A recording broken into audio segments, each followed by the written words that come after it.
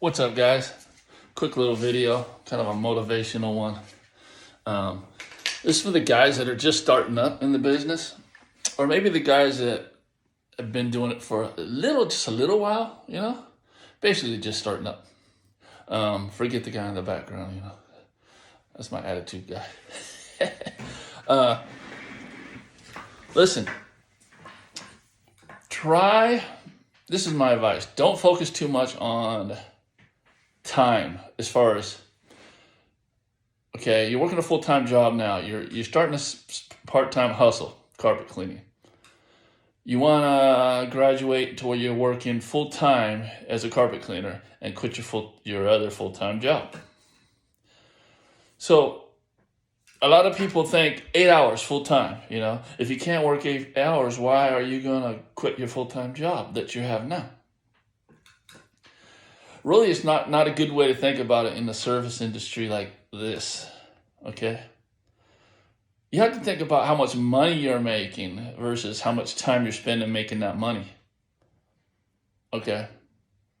It's kind of slow. This is a slow part of the year for me. Enjoying it. And, I'm working, but not a lot, right? Usually I don't work over 4 or 5 hours a day. That's my personal choice. That's how I want to live my life. So if the phone starts ringing crazy, I'll book it out a week. Sometimes it gets really slow and I can't even work that 4 hours. But for instance, today, I worked a total of 2.5 hours. 2 jobs, full with driving time. 2.5 hours. Okay. So what I want to show you is the reason why I'm having this conversation. I'm gonna flip this around. Well, let me see if I can show you. Okay, so first check here.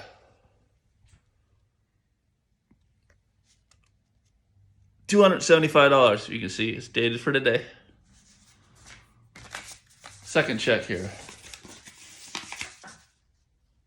$250. Dated for today. Okay. 2.5 hours total with drive time. So how long will it take you at your current job to make $525? See if I'm doing math right. Yeah, $525. How long will it take you? If you're working for $25 an hour, that's going to take you 2.5 days. It took me 2.5 hours. Not bragging about it, guys, but I just thinking that people really need to stop focus on, are you working full time? People say, yeah, but how many jobs did you work that day? No.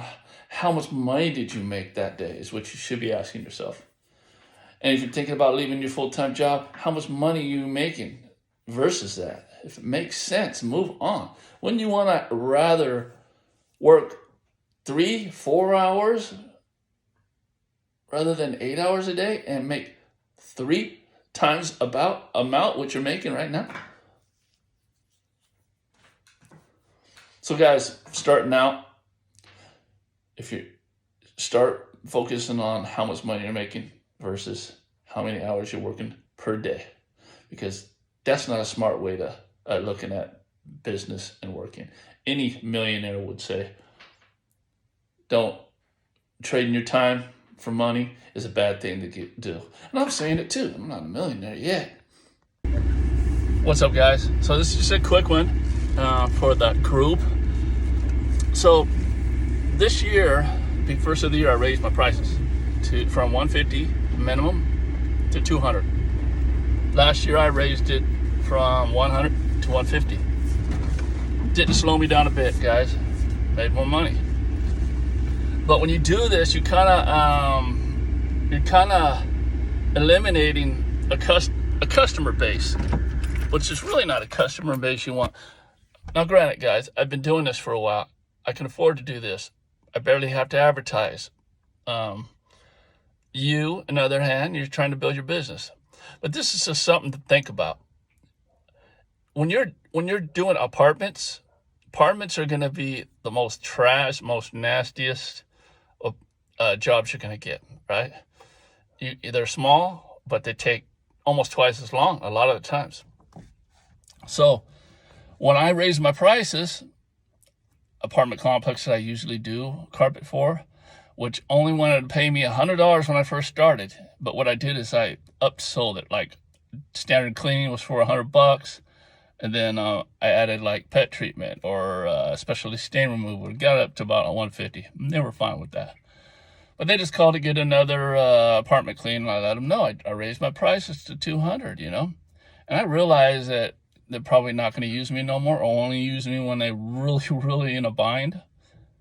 But that's fine, I don't need to do it, and I'd rather not. And if I do it, I want to be paid correctly for it, okay?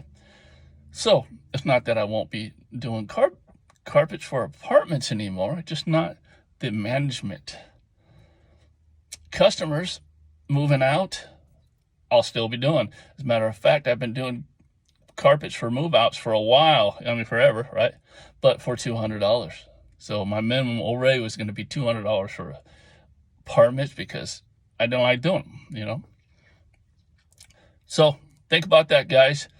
When you raise your prices, you kind of weed out the customers you don't want. But since you're just starting out, you got to think about it. You got to get that happy medium. Your median, say you're starting out $100 minimums, okay? Realize these are usually harder to do than normal residential. So maybe 150, right? Or if they have a minimum, right, for carpet cleaning, or actually a maximum for carpet cleaning, like this one did, that was $100, that's just for standard clean. Now, look around and find a specialty stain, right? A red stain, pet stain, coffee stain. Add that, and that brings your ticket up to say $150, right? With this particular client, I know they're not going to want to pay a whole $100 to meet my minimum, but they will when they're in a bind. So hope that helps with the pricing deal in this business. And They gotta find a better way. They gotta find a better way. They gotta find a better way. They gotta find a better way. They gotta find a better way. They gotta find a better way. They gotta find a better way. They gotta find a better way.